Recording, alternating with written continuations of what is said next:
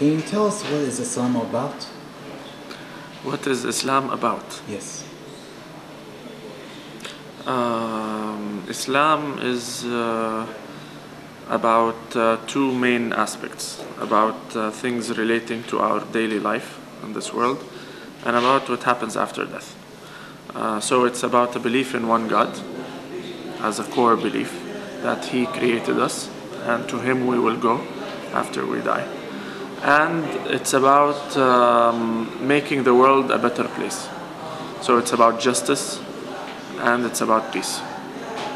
So can you explain why Islam is one of the most popular religion?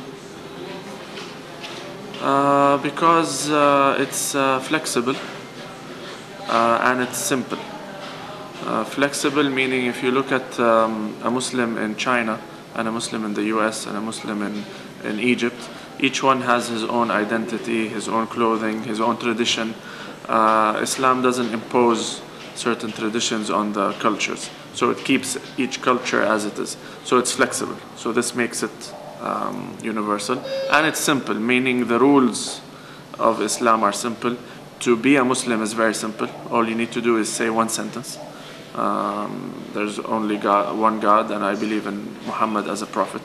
And you become a Muslim. So it's simple to get in it and it's flexible. And it also is logical. It doesn't believe in a lot of supernaturals, and it talks sense, talks to the mind.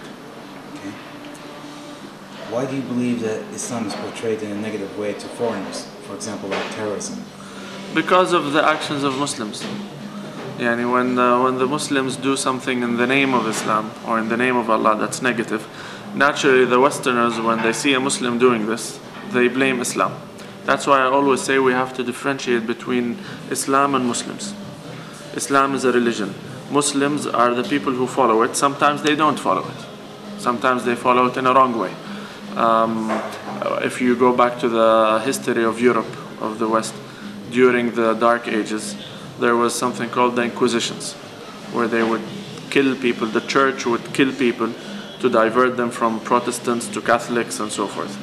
Now, someone who doesn't know Christianity would say Christianity is a bad thing and Jesus is a bad person.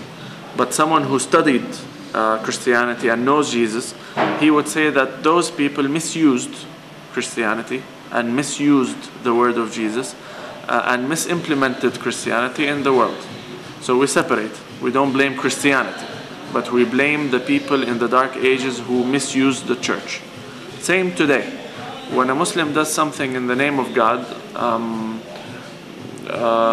we have to separate. Is this really the word of God? Or is this a wrong interpretation from the Muslims? Yeah. What are the values and principles of Islam?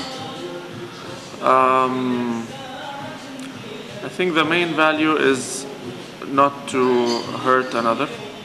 There's a huge value on the individual freedom and right to live and not to be harmed by anyone.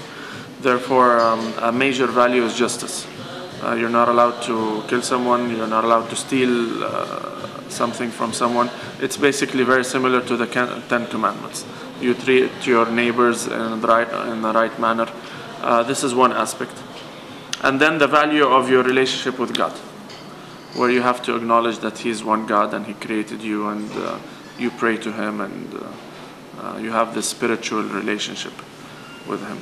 So it's somewhere in the middle. It's not a purely spiritual religion where it only focuses on spirituality and doesn't talk about earthly matters. And it's also not a purely earthly religion where it focuses only on this world and this life, ignoring the afterlife. It's a balance between both. How does Islam influence the daily life of Muslims around the world? Well, Islam focuses on the idea that there is a God who's watching you, and on the idea that there are angels who are watching what you're doing. It's like having cameras. You know, when you're in a company, for example, and they have cameras to watch the employees, what they're doing. So when there's cameras, usually the employees don't do anything wrong because they feel that someone's watching them. So a Muslim supposedly has this concept that he's being watched and that everything he does, whether good or bad, is recorded. So he has this constant care on dealing with things in the best manner. Therefore, it's with you 24 hours, supposedly. Now, this is not implemented by a lot of Muslims. Also, the 5 prayers is this always reminding you of this connection. Don't forget this connection. 5 times a day is like every 3-4 hours. You reconnect again with this concept of God.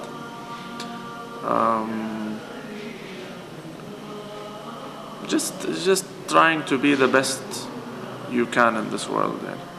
And again, the focus on not harming anyone. This is a major focus on Islam, in Islam. How do you think we can improve the image of Islam overseas? By Muslims being better Muslims. The best influence is by implementing. When you talk about the concept of Islam and then they ask you, okay, where is this implemented? Show us. And you don't have that example, you have a problem. That's why, for example, when we believe in the Prophet Muhammad and we believe in the Quran, which is the word of God.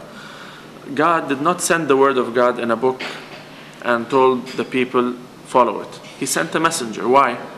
For him to be the example, the living example of this Quran or of this word of God. Same thing today, you can't just have Islam as a concept. If you don't have Muslims who are examples of this peaceful, just Islam that you're talking about, the West will not see anything material. All they will see is theory. So the best way is for Muslims, when they go on vacation in summer in Europe and the US, Muslims who are studying in the US, to be just resemble the true character of the Prophet Muhammad. Be kind, be always smiling. You will not give the right impression about Islam if you, as a Muslim, go study in the US and then leave and don't pay your bills or don't pay rent, or always treat people in a bad manner. By nature, this will give a negative impression on Islam. So to sum it up, having real life examples who resemble the values, and having books written to the West that show what the real Prophet Muhammad was, because I think this is one of the major misconceptions, is who Prophet Muhammad is and his character as a human being. We don't have enough books that talk to the West about Prophet Muhammad as a human being, as a husband, as a son, as a manager, as a friend. All the books focus on his life as a historical life. When was he born? What battles did he fight in? So the reader comes up that he's this guy who just spent all his day and night fighting. And so focusing on Prophet Muhammad as a human being, writing books about it, and penetrating the media.